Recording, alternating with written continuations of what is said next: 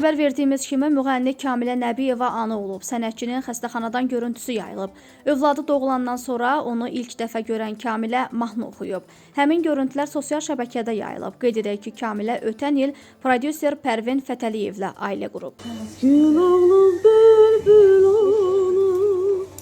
Xalq artisti Mələk xanım Eyyubovanın oğlu Nicatın ad günü olub. Müğənni övladının özəl gününü evində ailəsi ilə birlikdə qeyd edib. Mələk xanım Eyyubova övladı ilə fotosunu yayımlayaraq "Canım oğlum, doğum günün mübarək, yaxşı ki varımızsan" sözlərini yazıb.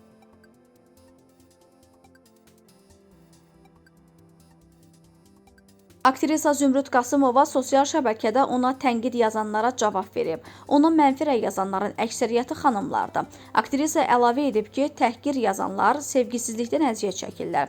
Bu həyatda o qədər acı çəkdim ki, sizin fikirləriniz mənim heç vecimə də deyil. Yaşamağımdan zövq alıb, Allaha hər gün təşəkkür və şükr edib yaşayıram.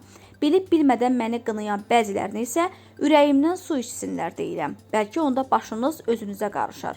İnsanlara olan nifrət hissi sizdə sevgisizlikdəndir. Çox maraqlı bir tapıntı etmişəm. Əslində heç vaxt kiməsə pis fikir yazmıram. Bir-iki səhifədə haqqımda məlumat paylaşılıb. Bir-iki xanım mənə təhqir yazıb. Görürəm ki, məni izləyirlərmiş. Nə qədər gözəl sözlər yazırlarmış. Amma səhifələrdə məni təhqir edirlər. Ortaq dostlarımız da var. Deməli, birlikdə məni müzakirə edirmişsiniz. Bunun hamısı sevgisizlikdən imiş. Sizə sevgi arzulayıram. Ən azından özünüzü sevin. Xoşbəxt qadın başqasının xətrinə dəyməz.